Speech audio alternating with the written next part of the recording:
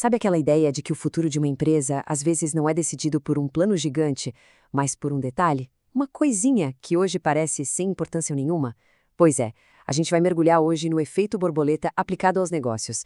É uma ideia incrível, né? A de que uma pequena ação pode de verdade mudar o jogo completamente. Para começar a entender isso, tudo parte de uma pergunta bem simples. Imagina só, um ajustezinho no preço de um produto, uma única linha de código diferente, ou, sei lá, uma pequena mudança na maneira de atender um cliente.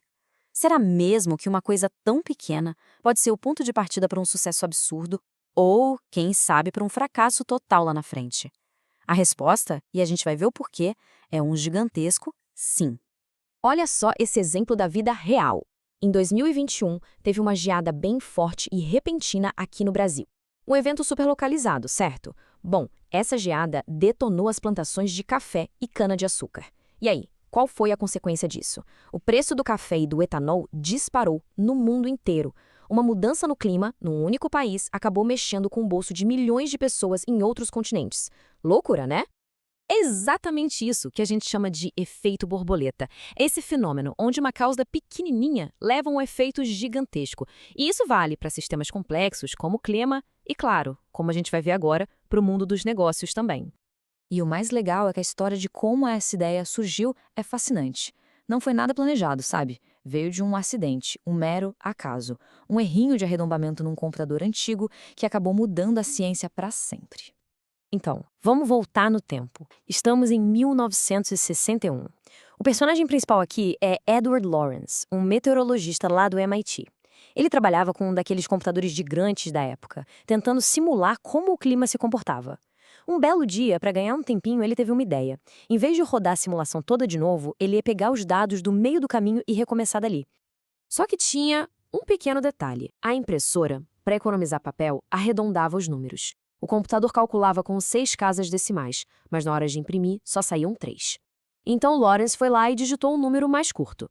A diferença era mínima, menos de 0,02%.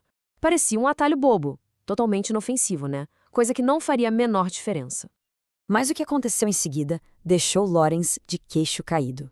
No comecinho, a simulação era idêntica à original, mas de repente, as coisas começaram a mudar e a divergir de um jeito absurdo. No final, a previsão do tempo era completamente diferente. Aquele arredondamento que parecia insignificante, bom, ele não era nada insignificante. Ele tinha mudado absolutamente tudo. E aqui está o pulo do gato. Não era um defeito do computador. O que o Lawrence descobriu foi uma regra fundamental sobre como os sistemas complexos funcionam. Ele deu um nome para isso: dependência sensível das condições iniciais. É a ideia de que, sim, o bater de asas de uma borboleta num lugar pode, teoricamente, provocar um furacão do outro lado do mundo semanas depois. Esse é o coração, a essência científica do efeito borboleta. Ok, muito legal a história da ciência, mas como é que essa ideia vira uma ferramenta de estratégia poderosa para o mundo dos negócios? Vamos ver isso agora. Pois é, no mundo corporativo, o efeito borboleta é como uma faca de 2 gumes. Por um lado, é um risco. Uma falha pequena que passa despercebida pode lá na frente virar um problema gigantesco e até quebrar uma empresa.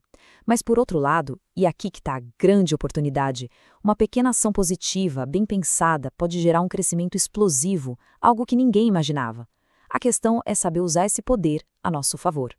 Dá uma olhada nesses exemplos de empresas que estão usando isso na prática para criar seus próprios tornados positivos. A equipe na França, por exemplo. Uma ação simples: usar um vale-refeição num restaurante parceiro. O resultado? Milhões de euros são direcionados para produtores locais e projetos sociais. Ou a Skin Gourmet, em Gana. A pequena ação: usar ingredientes locais e selvagens nos cosméticos. O impacto? Combate o desperdício e gera renda para mulheres em zonas rurais. E a Goodvest, que permite que pequenas economias juntas tirem dinheiro de combustíveis fósseis e financiem a economia verde. São exemplos perfeitos de bater de asas pequenos e intencionais, mas com impacto absurdo.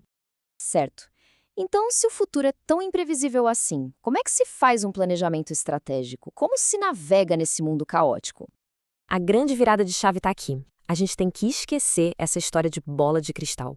Prever o futuro é impossível, ponto.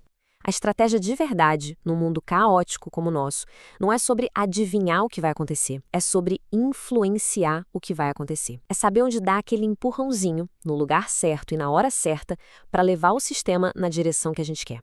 E como se faz isso na prática? Bom, o foco estratégico muda. Primeiro passo: encontrar os pontos de alavancagem do negócio. Sabe, aqueles lugares onde uma pequena mudança gera um grande efeito? As condições iniciais que a gente pode mexer. Segundo passo: agir. Fazer uma mudança pequena, mas positiva, nesses pontos. Pode ser melhorar um atendimento, criar um processo novo de feedback, qualquer coisa. E o terceiro passo, que é crucial: observar. Ficar de olho no que acontece, ver as ondas que essa pequena mudança cria, aprender com isso e se adaptar. E é com essa reflexão que a gente fecha. A grande questão, no fim das contas, não é sobre tentar adivinhar o futuro, é sobre ter a coragem de começar a criá-lo.